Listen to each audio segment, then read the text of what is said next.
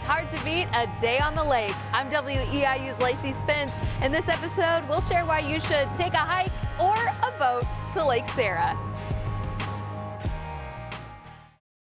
Take a Hike on WEIU is supported by Roll King, America's farm and home store, camping supplies, kayaks, fishing and pet supplies, and more. Find your store and more information regarding Roll King at rollking.com.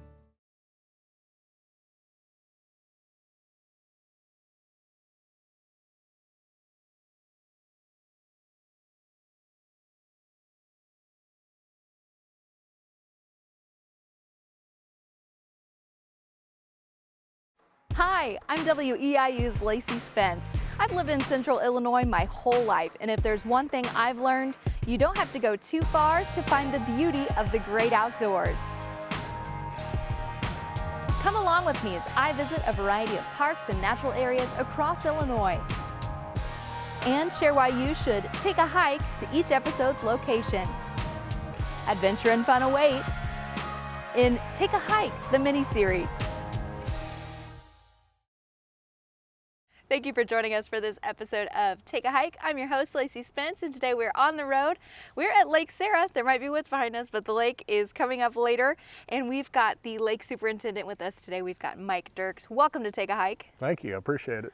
Of course. So diving right in, can we get a little bit of the background of where we are seated this morning? Correct. We are in the Post Oak Flatwoods. It's a partnership between us and the DNR of some set-aside ground. Post Oak Flatwoods system is just an example of almost a savanna system. Back in the day, whenever the prairie was around, fires were used frequently and they would come through, and it's just a relationship between fire and poor soil, poor drainage. And this is one of the best examples in the state of Illinois of a Post Oak Flatwoods system. And you know, it's got a nice hiking trail. And people can walk through and experience, you know, what it looked like when settlers first came into the area. Wonderful. So it's more than just a lake here at Lake Sara. We've got some beautiful woods to check out. So as we're talking about the history of the woods, we'd also like to talk a little bit about the history of the lake. So how did Lake Sara come to be? Okay, so back in the 50s, there was some pretty extreme drought. Effingham was starting to run out of water, so the founding members got together and approached some areas where they could put a lake in possibly. Right now it would be Blue Point Creek, and they chose this area. They got together, started the Effingham Water Authority, and built a dam, and I think the lake was filled in about 1957, and it's first and foremost a water resource for the city of Effingham. And you know, but with that comes a great chance for recreation. Yeah. And that's kind of where we're at today. Well, definitely. Let's dive on into that. So first off, I'd love to talk about fishing. What kind of fishing is there at Lake Sara? Okay, pretty similar to most lakes in central Illinois. We got bass, crappie, bluegill, catfish, channel catfish. You know, in recent history, we've had a fishing committee kind of come in and install some artificial structures when we used to sink nothing but Christmas trees. You know, and give a chance for some shelter for fish. A slot limit was put on the lake here in the last few years with the DNR, and our fishing has seemed to definitely improve. We have fishing tournaments on the lake and some pretty good opportunities to come out and fish for people. So you kind of led into it there, so folks are allowed to have boats on the lake, correct? Correct, yes. We anybody can come out on the lake. We have two marinas that you can launch on. I think one of them's a free fee to launch, the other one's $5. And then the Effingham Water Authority, we just require a year-long sticker for motorized. Also, you know, you can bring canoes and kayaks out, and that's another sticker. And then you can also get a 3-day pass if you're just here temporarily over a weekend or whatever. But yeah, anybody's welcome to come out. We love having people out here, love having the fishing tournaments, and people to use our lake, skiing and everything else. So. In some past episodes of Take a Hike, we've talked about how it might be a no-wake lake. Is this a no-wake lake, or can you go crazy? This you can't go crazy. Okay. But this is a typical lake. You know, we have areas that are no wake that are marked by buoys. And other than that, the biggest restriction we have is a noise restriction, where there's really no motor limit restriction on our lake. So yeah, anybody can come out. The biggest limit we do have that surprises people is we don't allow jet-powered engines. So no wave runners or even a boat with a jet-powered motor isn't allowed on the lake. But Well, that's good to know before packing up and heading this way. Exactly. If I'm somebody who's looking to get one of those stickers, how do I contact you? Where do I find those? We have vendors that sell them. So both of Okay. our marinas sell them. Currently, that's the Blue Heron Marina. The Reel, Anthony Acres is a resort here on the lake that sells them, and they have places to stay in their own launch. And then Mach 1 gas station, the locals know it as Louis Corner, but coming in on 3233 on Lake Sara Road, that's a pretty good spot, and they have the very extended hours to actually grab them. And then the last one would be Lake Sara Marina in town. They're a boat repair, and they sell boats, and it's on your way into Teutopolis off of Route 40. Wonderful. So there's no shortage of places to snag those. Correct. And you had kind of touched on kayak rentals and things. So are those at the two marinas, or where do I rent those at? Now, we don't really have places that rent kayaks right now. Okay. The marinas, they'll rent boats. Rent But boats. currently they're not renting kayaks, but you can bring your own kayak, and we have just down the road here we have a kayak launch that's open to the public. Of course, you can launch at the marinas, and then also on the west end down Town Hall Road we have a kayak launch there, and those have been in place for a few years now. But the biggest reason we put those in those locations is because if you launch from areas like the marina, you got a real good paddle to get to these areas. So we've kind of put them in locations where once you get down into the water and get your kayak or your paddleboard in, it doesn't take that long to get to more of our remote sections of the lake, like the west end or on the north end down Shumway Cove. And I've been told that these more remote areas, it's like you're kayaking through another world. Yeah. You probably, you get, especially like on the west end, and you can get back in the drainage, and you feel like you're somewhere else. You get away from the houses. It's nothing but woods. That's where you'll see, plenty of different turtles, ducks, just all kinds of stuff you wouldn't just see on the regular part of the lake, just because it's busier. It's no wake. It's nice and slow, and you can really get back to some spots where you feel like you're in a different part besides Central Illinois. So. Yeah. And in addition to kayaking, there's also paddleboarding on Lake Correct. Sara? Yes. Can you talk about that? Yeah, that seems over the last several years to really pick up, and we actually have a company out here, Kiki's, and they actually rent paddleboards. Okay. And he stays very busy. Scott Ely, you guys may know him. Oh yeah. But he's got a good little thing going, and he does lessons and everything else, and it's a good asset to the lake. So. And then lastly, I have to ask, is there anywhere that folks are able to swim? So one of our rules is you're not allowed to swim off your boat. Okay. So what we've done for that is currently we have a floating dock. You can park by the beach or at the beach and swim at the beach. Okay. And that's where we ask people who don't have a lake lot to go and swim. On the east side of that area, we have a dock. And then we've also entered in with a partnership with the marina that's just on the north side of that area. And you can park your boat there, and then it's just a little bit, 100-yard walk to get to that beach and go and swim. So It's not shabby at all. All right, so we've definitely covered our water sports pretty well. In addition to that, near Lake Sara, there's also golfing opportunities. yes. Folks who like to tee off, so can you tell us about that? Sure, yeah, well, there's actually 3 golf courses right in the area. 2 are public, one's a private one. The 2 public one is a Cardinal golf course, and if you get your boat sticker at Louis Corner and come in, you'll go by 4-way golf course, and then if you get on the north side of the lake, that's where Cardinal golf course are, and both of them are some pretty good golf courses. So. Awesome. Another outdoor opportunity, camping. Is there camping around the lake? Yes, it's a little more limited, but we do have a campground on the north side of the lake. It's called Lake Sara Campground, and they usually have some sites available for people to camp. So. Now, is that camper camping, tent camping? It has a little bit of both. Yep. Okay. Yep, you can bring both. Wonderful. As I'm not a huge fan of the creepy crawly, so I'm more of your glamping kind of gal. I understand. So it's good to know there's camper camping. Right. We've also been kind of in this general vicinity. There is your community building, Yes. and you can host events here. Can you talk about that a little bit? Yes, we have 2 buildings, and one we're almost staring at. It's called the community building. That's our larger one. In both these buildings, I'd say 80% of the time, people are using them for weddings, because it's the scenery, the area. But with that one, we got enough tables and chairs for 200 people. If people are bigger on a wedding, a lot of times they'll rent a tent and set it up to expand it out. It's air conditioned, has a kitchen in it. And then the other building is the Pearson building, and that's over by the beach. And that one's a little bit smaller, but we recently added air conditioning to it, which that really helps. but they're set up both the same. That one's just a little bit smaller, but you know, it really, this side of the lake we're sitting on right now, obviously you look behind us and with the building, this is more of a wooded area, and you can get out there and get married on the lake. But the other side, it's more like a wide open grassy park area, and there's ample areas to get married outside. And like I said, those buildings are pretty booked all throughout the year, you know, at least in the peak time. So. Well, wonderful. So let's say we've already had our day of fun on the water. We are warm, we're parched, and we're hungry. I hear there's some pretty good spots to eat around the lake. Yeah, there's several actually, and they've really, especially the last few years, they've really picked up, and they've been wonderful places. But you got the Pinkies, which is one of a lot of people know about that one. It's more of a eating outside in the atmosphere. You know, you get to sit out there underneath the canopy, even if it's raining or sunny or windy. The food's pretty good, and you can sit out there and just enjoy a beautiful view of the lake. If you go right below that, where the old bait shop used to be at that marina, it's the Real is the bar down there, and you can go down there and get yourself a drink. They always got some neat little specials as far as kind of themed with the lake type of deal. Yeah. And then so on the other side is Heron Cove. And that's a restaurant that's been here for about 3 years, and it's very good food too.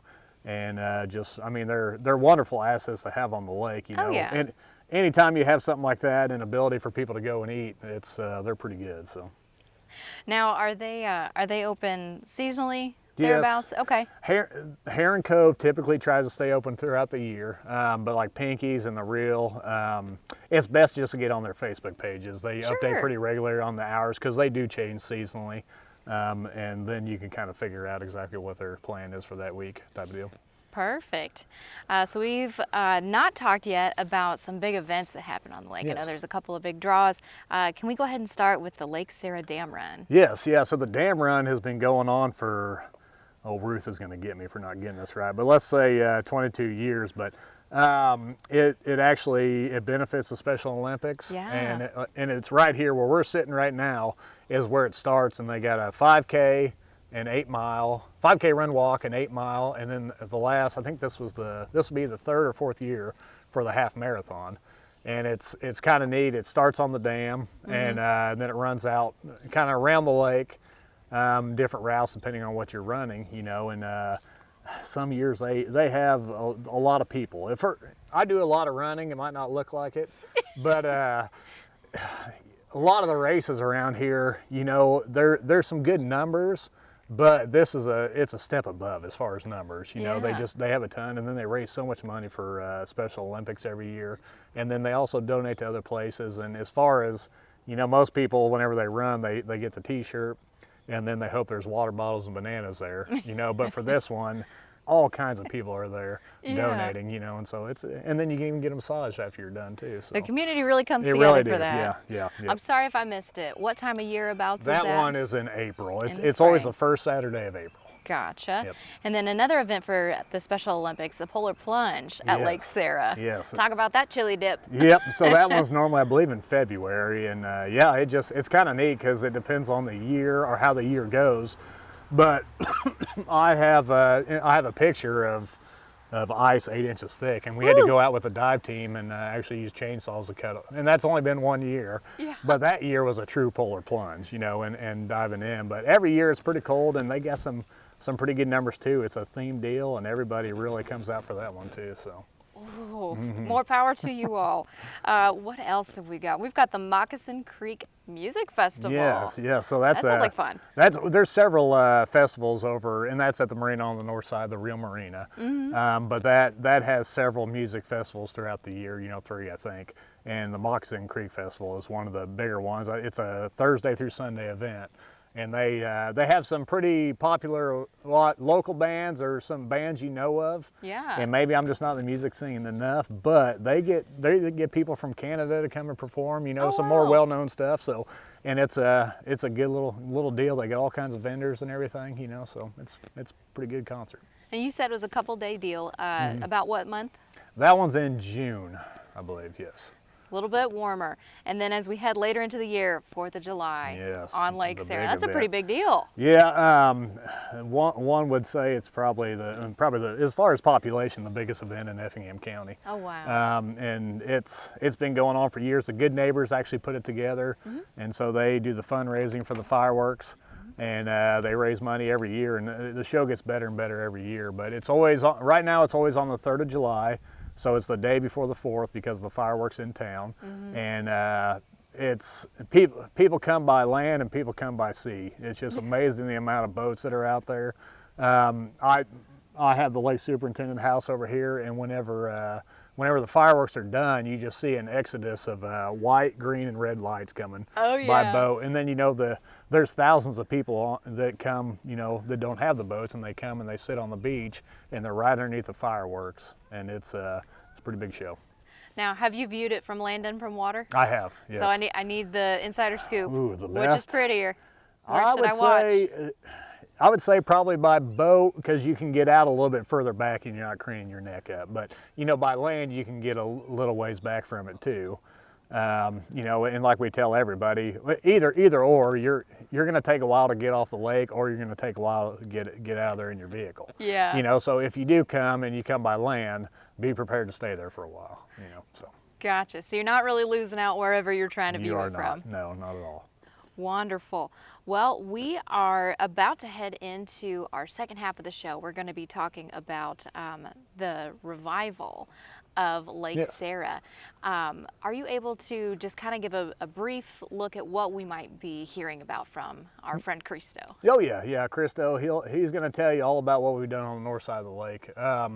And just real quick, I'm almost 40 years old, and I remember as a young kid going to the beach, and there's a water slide, and that was the place to be back in the day, and that kind of fell to the wayside. So thanks to some great people, some great donations, and just some hardworking folks, we've started to turn that area around. So we're starting to bring the public back to it and give them something to do, as far as parks and a nicer beach and everything. So I'm sure that has to be a good feeling to It see is, yeah. it get revived. There's nothing better than my guys, whenever they used to go over there and collect the trash after the weekends or whatever, or even during the week, or whenever we go over there during the week, there used to be nobody there. But now in the middle of the summer, even on like a Wednesday afternoon, all of a sudden that park's full and that beach is full. And that's just a wonderful thing because people are able to get out here and use something.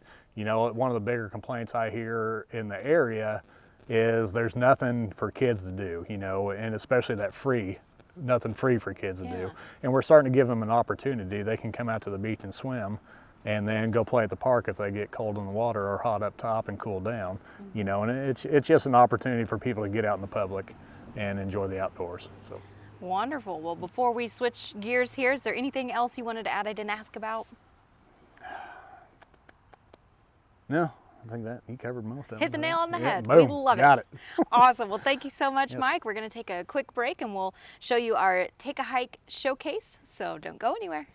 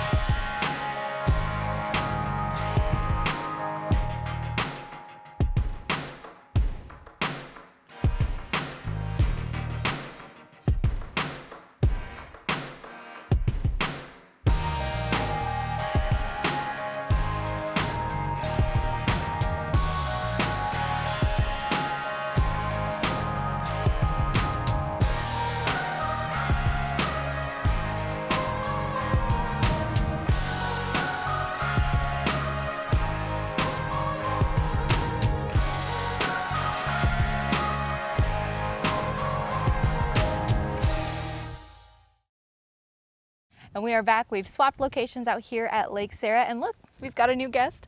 Can you introduce yourself to our viewers? My name's Cristo Schultz, and I am on the Lake Sara Forever board. Wonderful. So as we switch locations, it's because we've got some bright new scenery to check out. So can you talk a little bit about, there's some revitalization that's happening here. What's going on? So we've done a complete transformation of the Lake Sara Beach Park here in the past couple of years. The Lake Sara Beach used to be really a mecca for the community, the Lake Sara community, the Effingham County community, where people would come. There used to be a water slide here. There was a train that ran between the campground and the beach. And hopefully you'll show some pictures of what it used to look like. But it really fell into disrepair many years ago. And we had a group of people that wanted to get it back into the state that it was, or even better. And so what we've been working on for the past couple of years is raising funds, getting grants, and building this beautiful park that we're here today at. Wonderful. So can you kind of walk us through some of those projects? You can start wherever you'd like. Yeah, so several years ago, the Lake Sara Forever group started off by raising funds to build some shore wall structure to keep erosion from entering the lake property. We ended up accomplishing that goal many years ago, and we wanted to then tackle the next goal, which was building the lake and the lake park into something fantastic. And so 3 years ago, we started on this project. Got a master plan put in place, and so worked with the community on what they would like to see. And so the first phase of our multi-phase project is to build a playground. And so we've checked one of those boxes. Well, I love that, and I love that you've gotten community feedback, because again, if you're trying to revitalize something, it's important to hear from multiple voices, get everybody at the table about what they'd like to see out here. It really is, and you know, phase 2, one of the landmark features that we're going to have is pickleball. That's become popular here in the last couple of years, and so again, listening to the community, what do they want? And so we're going to have 4 pickleball courts out here during our next phase. Love it. Well, let's sneak back to phase 1 really quick. Yeah. We're standing in between several areas of play. Now, behind the scenes, y'all were telling me that there's several age groups that can hit this area. Can you talk about that? Yes, so we are currently standing on the 5 to 12 age group park right now. So you can see it's kind of flagshipped with a pirate ship here in the background. We also have a smaller playground that's more geared for individuals that are 2 to 5 years old right over here in this area. And so trying to keep those kids so that they can all play together but separately as we have those different age groups running around the park. Well, right, and they've got different interests, different levels of play. There's music equipment out here and swings behind us. And what's it like for you? You've got a little. I've got 2 little kids, yep, a 4-year-old and a 2-year-old. And what's it like to be able to bring them out here and show them part of the community you love? You know, they love it. I mean, how often do you get to go and see a park that, first of all, you get to play on, but then go out and look at the water. When you get hot, you get tired of playing, you can go out and swim out. And so it's really magical to see them coming out and enjoying this area. And we just feel very blessed that we have a community that supported us with raising the funds, donating, and we were able to get some grants done as well, and that the people are wanting to come out and use it as well. Sure thing. Now, in addition to these awesome playgrounds, there is also disc golf. Yes. I dreamed that? Yes. We have 12 disc golf holes, and so you might ask why we have 12. We have a 9-hole disc golf course that cuts through the woods back in our background, but we also have 3 ADA accessible courses. Holes? 3 holes as well. Yeah. And so we're able to allow any type of individual to come out and play disc golf. Well, I love that. We love accessible spaces because we want everyone to be able to enjoy nature. Yep. Is there anything else in this first phase that we haven't talked about that benefits folks? Yeah, so you know, in the first phase, it's primarily dedicated towards children. But phase 2, we're really trying to get into that upper age group. So just to talk about a little bit about phase 2, sure thing. we're going to have outdoor workout equipment is one of them. Awesome. We're going to have an American Ninja Warrior style obstacle course. No way. For individuals as well. We'll have beach volleyball, and then like I mentioned earlier, we're also going to have the what did I mention earlier? The pickleball courts. The pickleball courts. We're going to have the pickleball courts. There's so much 4 you can't pickleball keep courts. track. That's right. Well, I love that. Where did the ideas for those come from? I mean, especially the training course. Yeah, that sounds so cool. We're trying to make this an area where you can have every age group that can come and enjoy this piece of property. So we started off with the young kids, and we're working it into kind of that middle generational area. You know, long term, we're going to have a walking track as well, so there's just a lot of different areas that we want to try to hit so that every age group can come out and enjoy the Lake Sara Beach Park. And that will expand the mobility type things, because where we had started the episode, there was the trail right behind us that worked its way around the lake. Yep. And so will the walking trail be anywhere near where we started, or is it closer to over here? It will not, but the one thing that Effingham does have is a trek trail. It's for bicycles. Yeah. One of our long-term goals is to have that connect up with the rest of this park, and so that you can start off in the heart of Effingham and ride your bicycle all the way around to the beach park. Well, wonderful. We've talked about phase 1 and phase 2. Are there any other phases? So we've got several other phases. I'm not going to get deep into the details on them because they're ever changing, just like I talked with pickleball. That was not necessarily on our phase 1 to-do list. But again, as things evolve, as we get people involved in the community that want to discuss what we can do out here to keep improving, that's what we're going to do. Now, I have to let folks in on a little bit of something. So the lake is important to you. You have a fun story of how you and your wife got together? I do. Can you share a little bit? Yeah, so our story of how we got engaged actually was out here on Lake Sara. So I grew up out on the lake. It's always been a very important part of my life. And so whenever it was time to ask my wife to be with me forever, I decided that I'd want to have the lake involved. So we went out on a boat ride, and as we were coming back, got engaged, proposed to my wife, and the rest of our families were on the dock cheering us on. So it was kind of a special. The lake has always meant something special to me for a variety of different reasons, and that's just one more reason why it's very special. Well, I'm sorry to put you on the spot there, but just so the folks at home know, like, this is someone who's invested in the lake and its future because it means so much. It means so much to me now, for my childhood, and then for my kids as well. Yes. Is there anything else about this project that we didn't hit on that you wanted to share? I don't think so. I think we really covered most of it.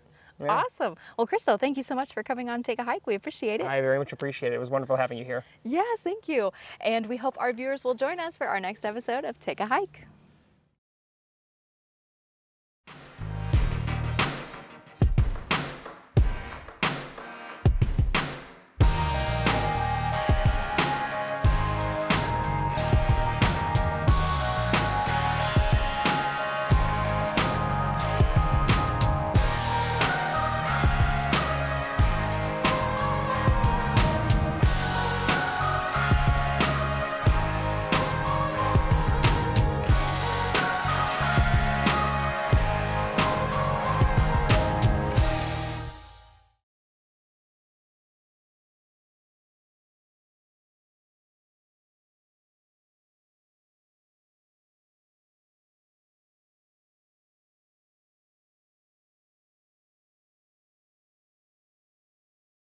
Take a Hike on WEIU is supported by Roll King, America's farm and home store, camping supplies, kayaks, fishing and pet supplies, and more. Find your store and more information regarding Roll King at rollking.com.